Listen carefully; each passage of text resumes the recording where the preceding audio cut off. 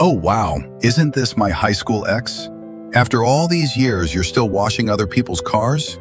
Her voice exploded across the luxury car detailing center. What she didn't know was, in just a few minutes, every word she said would come right back at her. This happened at a high-end exotic car care center in Los Angeles. Ava walked in, arm wrapped tightly around her boyfriend Chase, and immediately spotted him. A man bent over, carefully polishing the rim of a jet black Porsche. She paused, smirked. Antonio? What a coincidence. The man looked up, calm and composed. Ava, long time. Chase stepped forward, smiling like an old friend. Well, damn, isn't this Antonio Reed, the valedictorian? He looked around and chuckled. Didn't expect to see you in a place like this. So, you work here? Not bad, he added casually. These cars aren't cheap. Ava curled her lips. Top of the class back then, now wiping rims for a living. Her voice wasn't loud, but loud enough for everyone nearby to hear. So this was your big dream? At least the rims shine. Chase pulled out his wallet. Bro, I've got 2 more cars at home. If I tip you well, you want to swing by after work and wash those too? Ava laughed. You used to say, she mocked, one day you'll regret leaving me. She stared at him. Looking at you now, I don't regret a thing.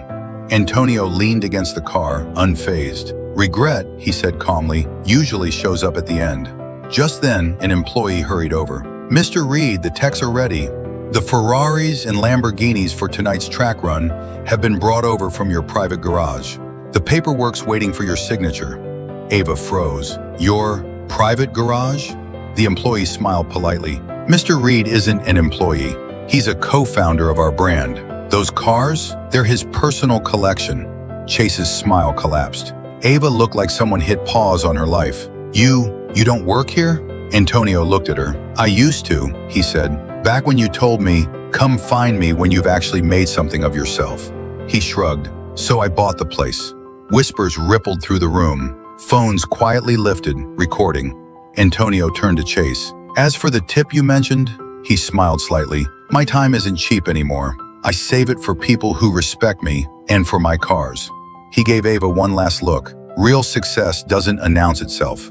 It shows up quietly, right when you're busy looking down on someone. Then he walked toward his office, leaving behind 2 people and their reflection in the glass. Awkward, exposed, and painfully small.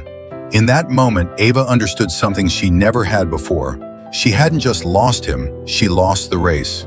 If you agree, the real gap between people isn't created by insults, but by the roads they keep walking in silence. Tap heart and send this to someone who's been underestimated, but never stopped moving forward.